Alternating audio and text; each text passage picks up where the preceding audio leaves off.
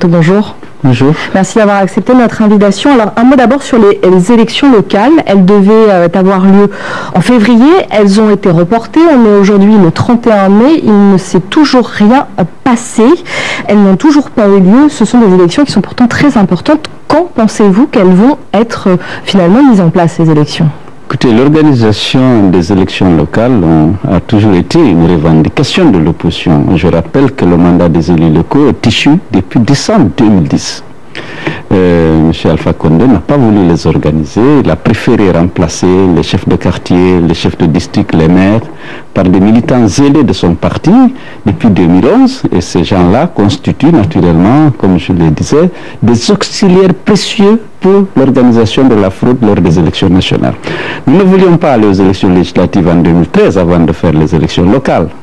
Malheureusement, il n'a pas voulu. On a passé un accord, on a accepté d'aller aux élections législatives avec moyennant un engagement ferme des autorités d'organiser ces élections locales avant le 31 mars 2014. Ça n'a pas été fait. En juillet 2014, on se retrouve, constate que c'est pas fait. Un nouvel engagement est pris pour décembre 2014, c'est pas fait. Et puis en 2020, en 2015, on ne voulait pas aller à l'élection présidentielle avec ces auxiliaires de la fraude du RPG. On a revendiqué, on a suspendu notre participation à l'Assemblée, on a exigé l'organisation des élections locales. Il a catégoriquement refusé. On était obligé de nous incliner et d'aller à l'élection présidentielle de 2015 avant les locales et moyennant toujours un engagement de les organiser avant le 30 juin 2016. 30 juin, c'est pas fait. Janvier 2017, c'est pas fait.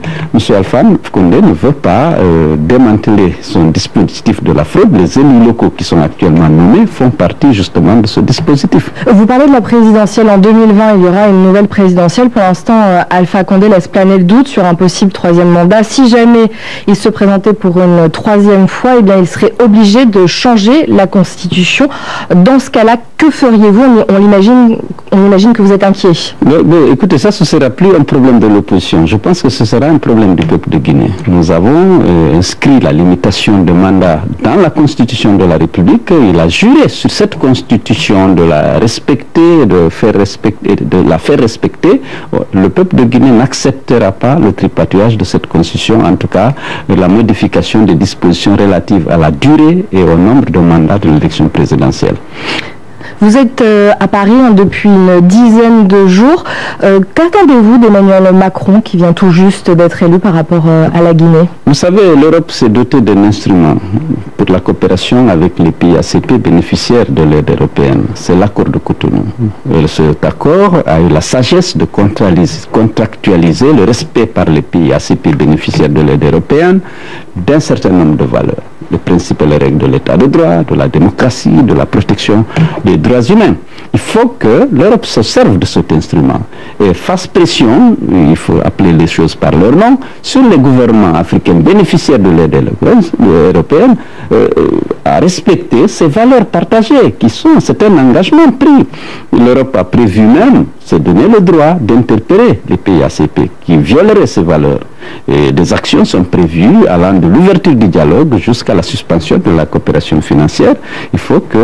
Nous souhaitons que la France, qui est vraiment un des moteurs de l'Union européenne, fait usage de cet instrument pour favoriser la promotion de la démocratie, de l'état de droit et de la protection des droits humains. Un mot très rapidement, vous avez rencontré Abdoulaye Wade, l'ancien président sénégalais à Versailles. Qu'est-ce qui est ressorti de cette rencontre rapidement ? Écoutez, je suis venu rendre visite à un père.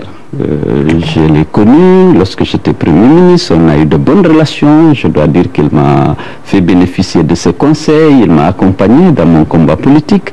C'est tout à fait normal si je suis à Paris que je vienne lui rendre visite. C'est une visite plutôt familiale. Merci beaucoup, Célou d'Alain Diallo, d'avoir été avec nous et d'avoir répondu à nos questions. Merci beaucoup, madame. Restez avec nous dans un instant, la suite de Paris Direct.